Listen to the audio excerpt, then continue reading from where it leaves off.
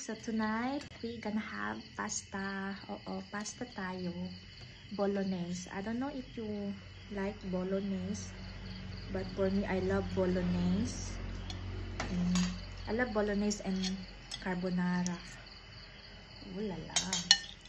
So we have cheese.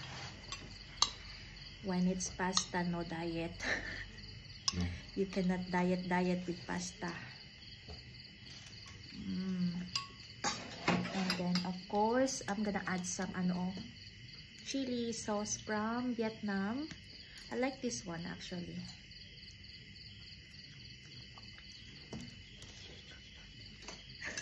Ang dami. And then maglagay tayo ng this is the bolognese sauce. Bolognese. And pasta is always also good, no? The next day, the bolognese. I know. It's always like that. Even everything leftovers is always like that. The next days is yummylicious, just like Morena-licious. So this time there's no carrots. We forgot the carrots. So normally we add carrots on our pasta. But we have mushroom. Yeah, we have mushroom. Here ba, it's so expensive if you cook if you cook your own food.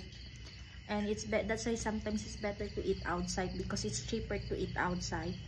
But in Vietnam last time, it was cheap, no? The grocery, oo.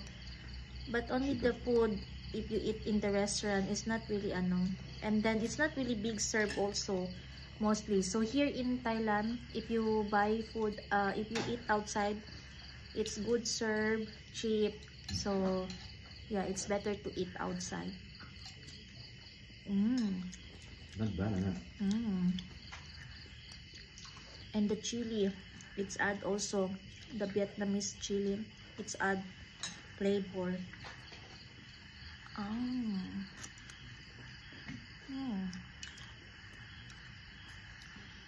Mushroom.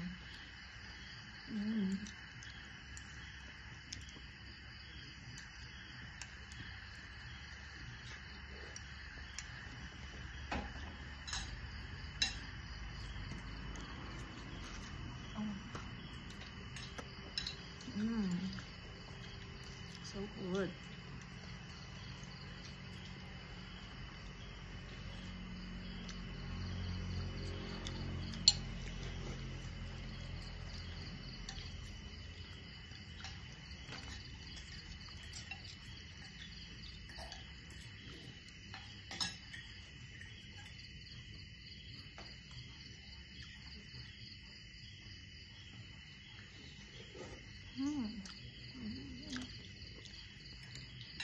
Good, huh?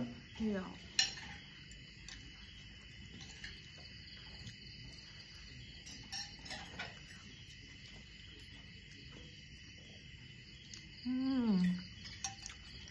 Sarap.